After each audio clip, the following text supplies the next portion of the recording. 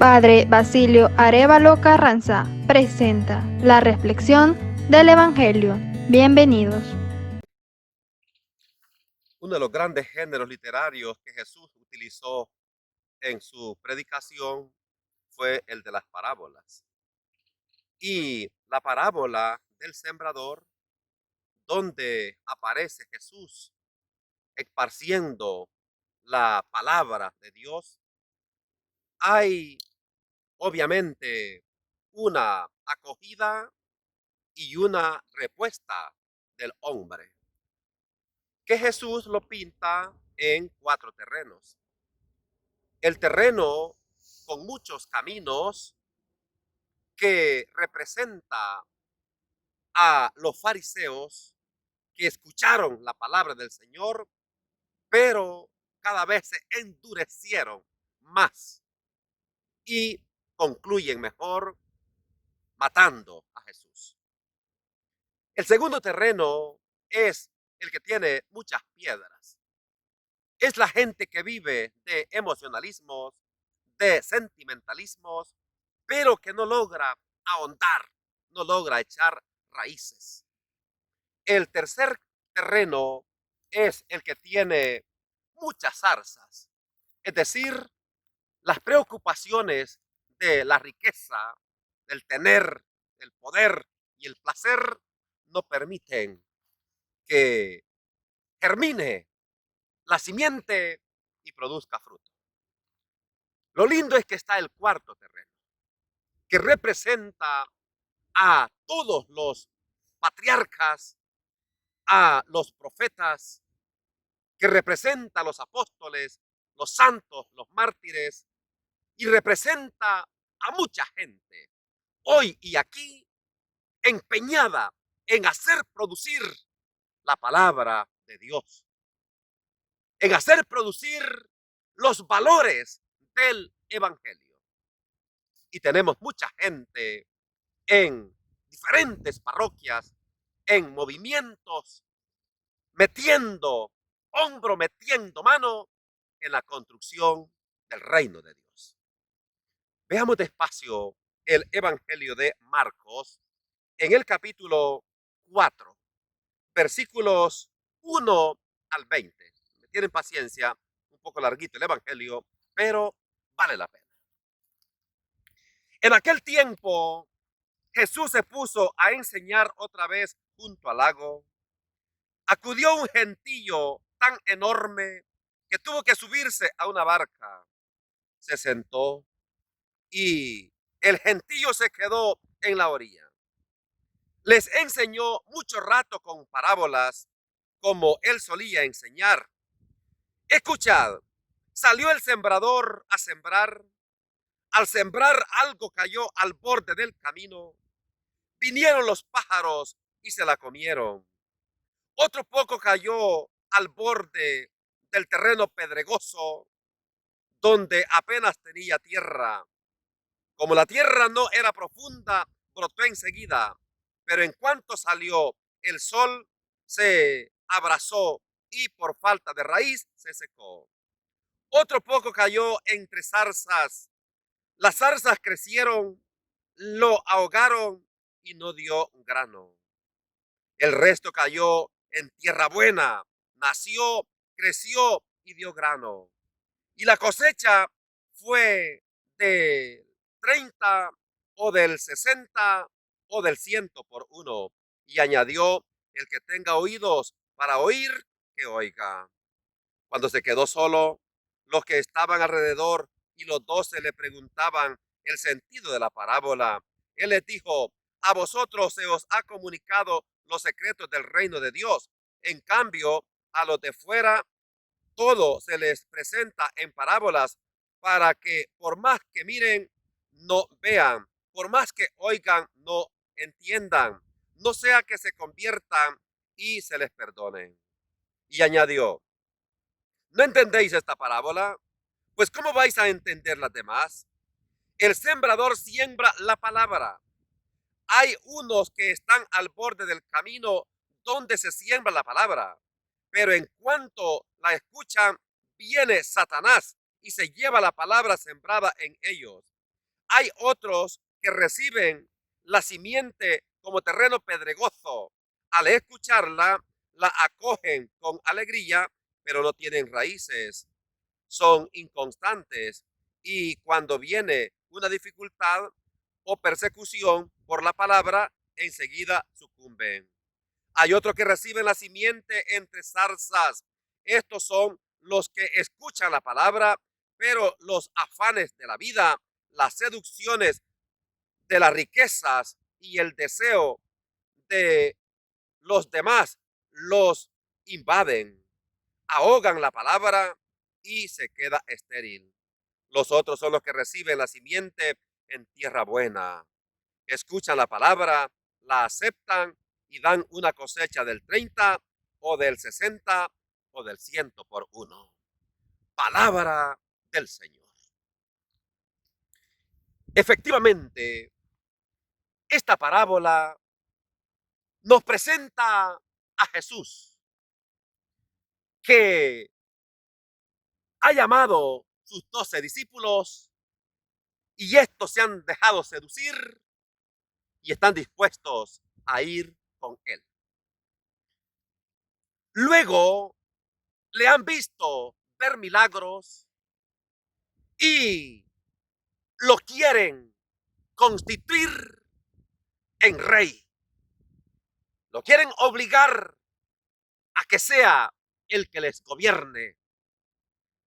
Jesús huye y se constituye en un sembrador. En un sembrador, efectivamente, de la palabra de Dios.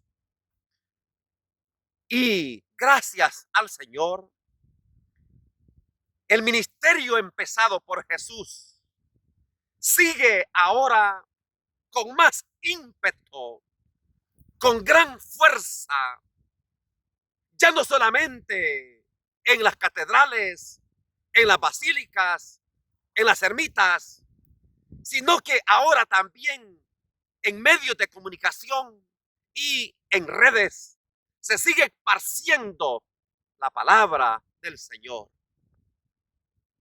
Ahora, yo quiero invitarles, hermanos, hermanas, a que nos fijemos nomás en una semilla de las que Jesús cultivó y que debemos hacer germinar y que debemos hacer producir. Y es la semilla de la felicidad. Su gran primer discurso de Jesús es que por 9 veces insiste: felices los pobres, felices los que tienen hambre, felices los sedientos, felices los que lloran, felices los perseguidos, felices los misericordiosos, felices los de limpio de corazón.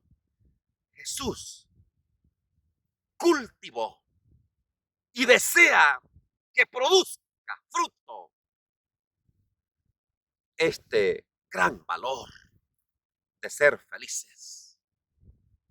Y por eso Jesús se interesó tanto por erradicar el hambre y dio de comer a 5,000 hombres, sin contar mujeres y niños.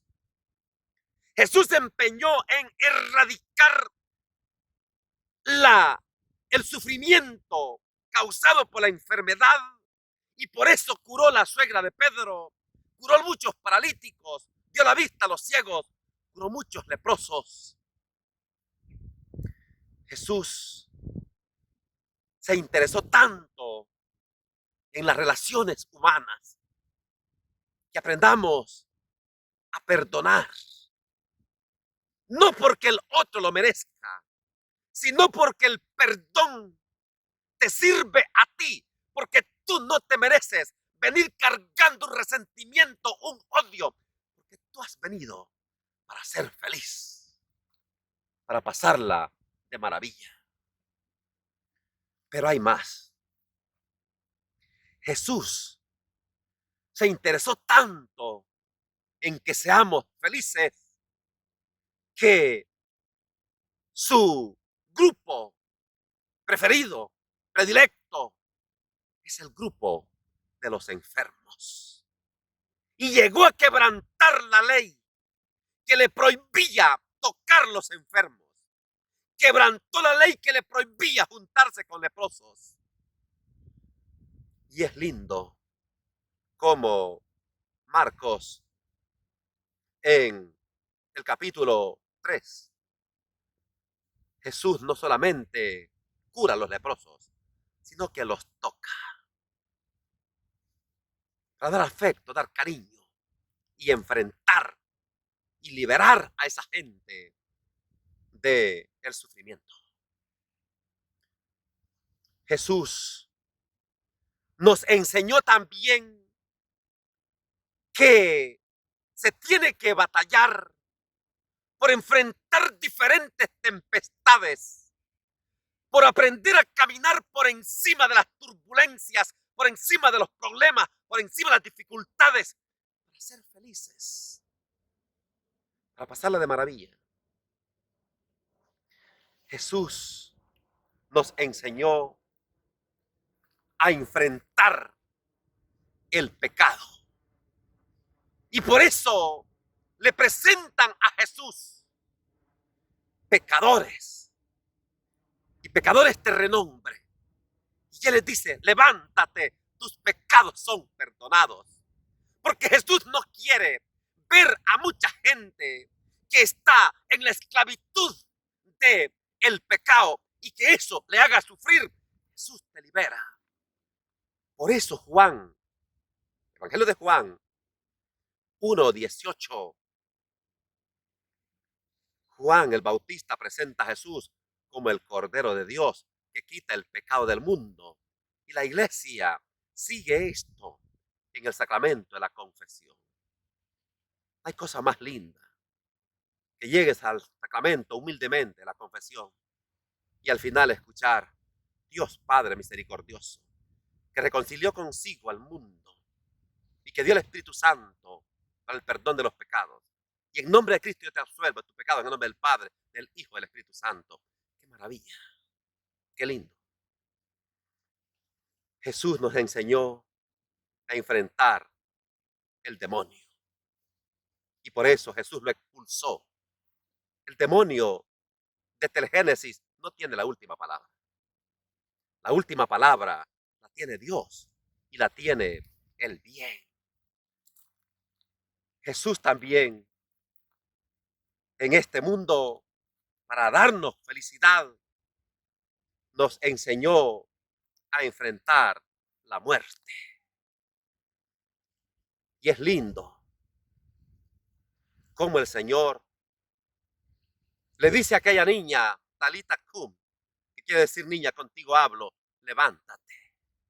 Ya no es la muerte la que debe imperar, es Jesús. Mira qué lindo Lucas capítulo 7, cuando van a enterrar al hijo único de la viuda de Naín. Jesús le dice, joven, a ti te lo digo, levántate. También queda claro que Jesús enfrenta la muerte en Juan capítulo 11. Lázaro, 4 días enterrado, sin esperanzas, en estado de putrefacción, hediondo. Y el Señor le dice, Lázaro, sal fuera. Jesús cultivó hasta para vender la felicidad, la vida. Por eso es lindo Juan 10:10. He venido para que tengan vida y vida en abundancia. Que el Señor esté con ustedes. Y la bendición de Dios Todopoderoso, Padre, Hijo y Espíritu Santo descienda sobre ustedes y permanezca para siempre. Amén.